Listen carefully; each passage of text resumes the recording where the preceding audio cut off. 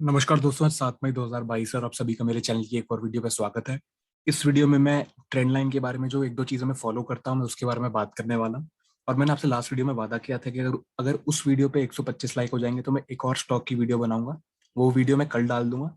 और लेकिन इस वीडियो में मैं एक दो पॉइंट आपको ट्रेंड लाइन के बारे में जो मैं खुद फॉलो करता हूँ उसके बारे में बात करूंगा। तो वीडियो को एंड तक देखना, आपको एक दो चीजें इंटरेस्टिंग देखने को मिलेंगी।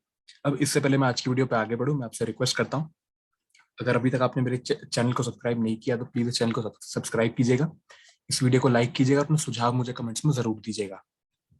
तो चलिए पहले मैं आपको दो तीन बातें यहाँ पे समझा देता हूँ। मान लीजिए ये एक ट्रेंड लाइन ऊपर की तरफ जा रही है, मतलब पहले प्राइस बनेगा, लेकिन मैंने ट्रेंड लाइन पहले बनाई ताकि थोड़ा सा क्लियरली समझ आए। तो मान लीजिए प्राइस ऊपर की तरफ जा रहा है और आपने बहुत जगह ट्रेंड लाइन देखी भी होगी, यूट्यूब पे भी आपने कई बार सुना होगा कि प्राइस अगर ऊपर की तरफ जा रहा है तो ट्रेंड लाइन पे वो जब भी सपोर्ट लेता है वहां पे हमें बाइंग करनी चाहिए। या आपने सुना होगा आपने कि जब भी ये सपोर्ट लेता है हमें वहां पे बाइंग करनी चाहिए, लेकिन ये थ्योरी मैं बिल्कुल भी फॉलो नहीं करता। मैं ये जो सपोर्ट लेता है मैं वहां पे कभी भी बाइंग नहीं करता।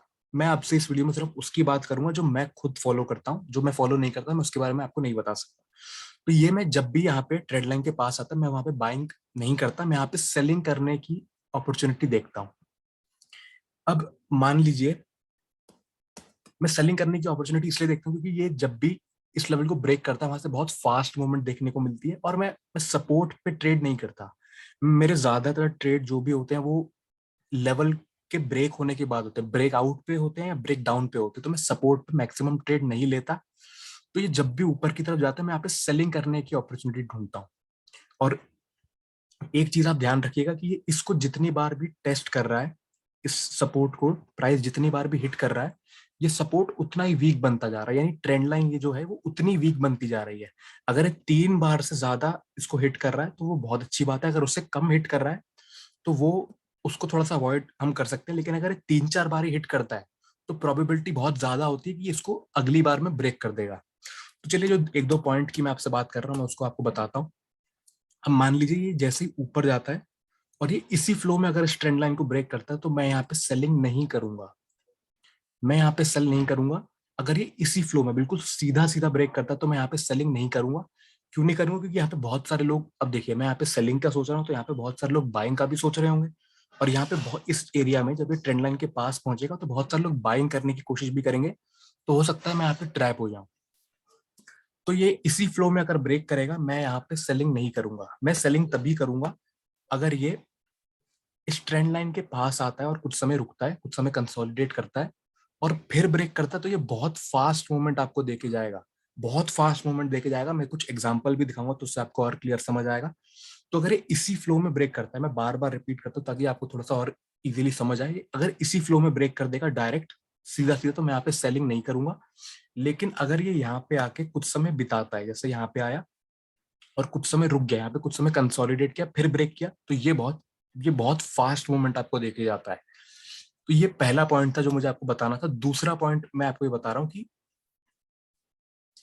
आप इसके डिस्टेंस का ध्यान रखिएगा कि कितनी दूर से आ रहा है। यानी मान लीजिए ये स्टॉक अगर यहाँ पे 100 रुपए का है और ट्रेंड लाइन के पास पहुंच के यहाँ पे 80 रुपए का हो जाता है, तो आप इस डिस्टेंस को एक बार अपने ध्यान में रखिएगा क्योंकि ये ऑलरेडी 20 पॉइंट का डिस्टेंस कर चुका है। तो अगर आप यहाँ पे सेलिंग करोगे तो वहां पे आप ट्रैप, बहुत ज्यादा चांसेस है वहां पे ट्रैप हो सकते हो। तो एक बार आप डिस्टेंस का भी ध्यान रखना कि कितना डिस्टेंस ट्रेवल कर चुका है। तो चलिए कुछ एग्जांपल में चलता हूँ, उससे पहले मैं एक बार लास्ट बार रिपीट कर देता हूँ कि अगर ये इसके पास आके कुछ समय कंसोलिडेट करने के बाद ब्रेक करता है तो वो बहुत अच्छा ट्रेड बनता है। चलिए अब कुछ एग्जांपल देख लेते हैं इसके।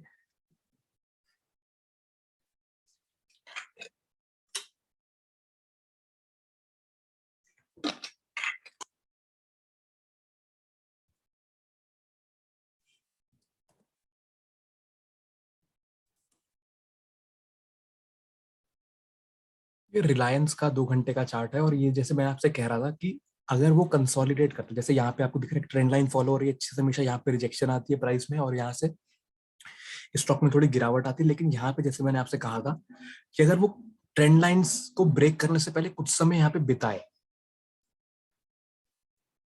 जैसे ये ट्रेंड लाइन को ब्रेक करने से पहले यहाँ पे कुछ समय रुक रहा है, यहाँ पे होल्ड कर रहा है और उसके बाद इसने जैसे ही ऊपर की तरफ ब्रेक किया, यहाँ पे आप देख सकते हैं बहुत एक फास्ट मूवमेंट देखने को मिली। यहाँ पे जैसे बहुत अच्छे से यहाँ पे कंसोलिडेट कर रहा है, फिर ब्रेक किया, एक फास्ट मूवमेंट हमें देखने को मिली। एक और एग्जांपल देख लेते हैं।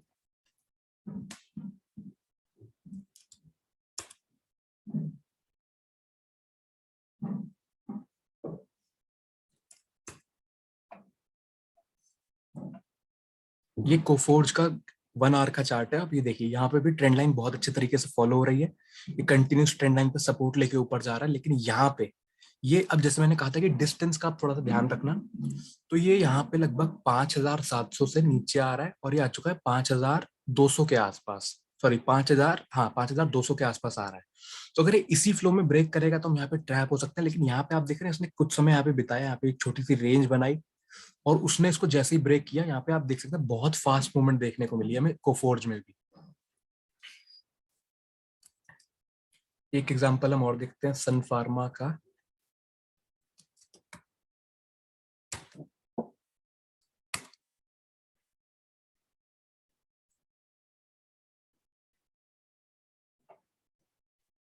जैसे यहाँ भी ये सन फार्मा यहाँ पे कंटिन्यू रेजिस्टेंस ले रहा था ट्रेंड लाइन पे, यहाँ पे भी रुका, यहाँ पे भी, यहाँ पे भी आके रुका। अब जैसे इस ट्रेंड लाइन को ब्रेक करने से पहले आप देख रहे हैं यहाँ पे किस तरीके से रुक रहा है स्टॉक।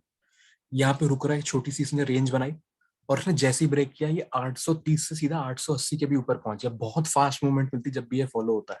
मैक्सिमम टाइम मिलती है, हमेशा तो कोई चीज नहीं होती, लेकिन मैक्सिमम टाइम ये होता ही होता है अगर ये कुछ समय रुकता है ट्रेंड लाइन को ब्रेक करने से पहले।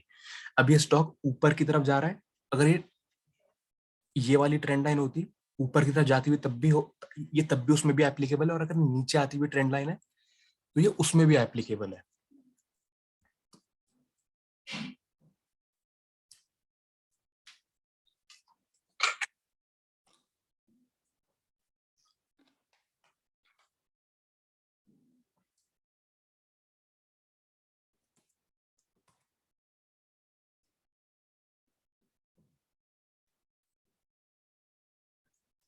ये भी एसीसी का 30 मिनट्स का चार्ट है, यहाँ पे भी कंटिन्यू ट्रेंड लाइन फॉलो हो रही है।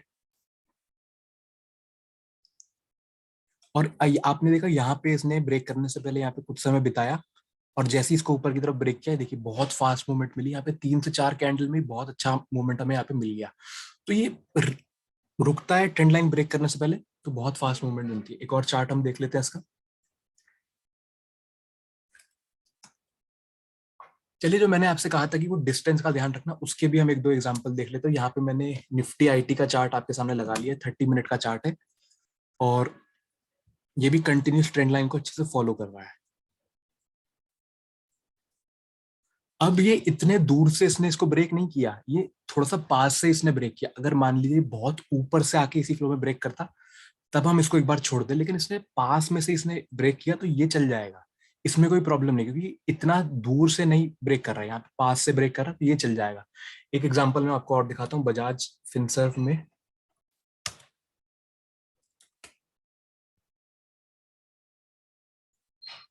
ये देखिए, ये 30 मिनट का चार्ट है जिसको चलो मैं थोड़ा सा और छोटा कर लेता हूँ। ये 60 मिनट का चार्ट मैंने यहाँ पे कर लिया है और ये ट्रेंड लाइन पे कंटिन्यू यहाँ पे आके रुक रहा था।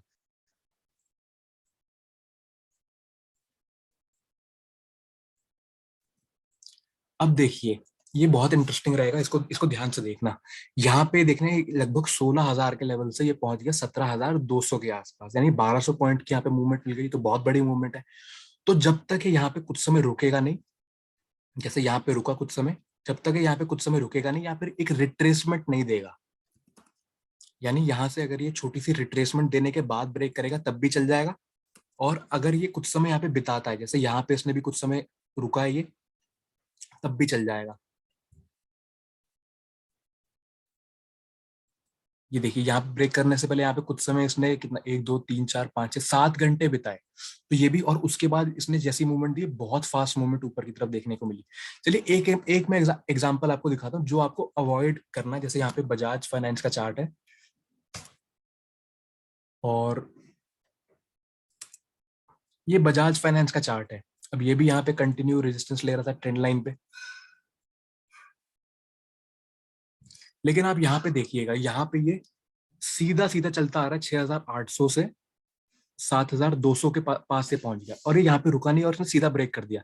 तो ये ऊपर ब्रेक करता है वो हमारे हाथ में नहीं है, लेकिन हमारा जो फोकस रहना चाहिए वो ये रहना चाहिए कि यहाँ पे हम वो स्टॉक ढूंढे जो यहाँ पे रुक रहा है कुछ समय, उसके बाद ब्रेक कर रहा है। अब इसने बिना रुके ब्रेक करते मैं इसको छोड़ दूंगा, उसके बाद ये ऊपर भी जाए तब भी मुझे कुछ फर्क नहीं पड़ता, क्योंकि मैं जो चीज मैंने बनाई है अपने लिए मैं उसे फॉलो कर रहा हूँ। अब देखिए यहाँ पे अगर कुछ समय बिताता फिर ब्रेक करता तो बहुत अच्छी बात है, लेकिन यहाँ पे बिना रुके चला गया तो उसको मैं छोड़ दूंगा, मैं उसको देखूंगा ही नहीं। तो मुझे आशा है आपको जितने भी एग्जाम्पल मैंने दिखाए आपको समझ आया, और आपको 2-3 जो पॉइंट मैंने बताए वो आपको उसमें से कुछ आपको नया इंटरेस्टिंग देखने को मिला कि अगर वो कुछ समय रुकने के बाद ब्रेक करता है बहुत अच्छी मूवमेंट देता है, और अगर बहुत दूर से डिस्टेंस ट्रेवल करके आ रहा है और उसी फ्लो में ब्रेक कर रहा है जैसे यहाँ पे हो रहा है, दूर से डिस्टेंस मतलब दूर से आके ब्रेक कर रहा है उसी फ्लो में, तो मैं यहाँ पे इसको मिस कर दूंगा। हाँ यहाँ पे इसने ऊपर जरूर गया है, लेकिन यहाँ पे मैं इसको छोड़ दूंगा, मैं इसको बाइंग नहीं करूंगा यहाँ पे। तो मैं आशा करता हूँ आपको वीडियो पसंद आई, और अगर आपको वीडियो पसंद है तो जरूर इस वीडियो को लाइक कीजिएगा, और मैं आपसे जल्दी मिलूंगा अगली वीडियो में। Thank you.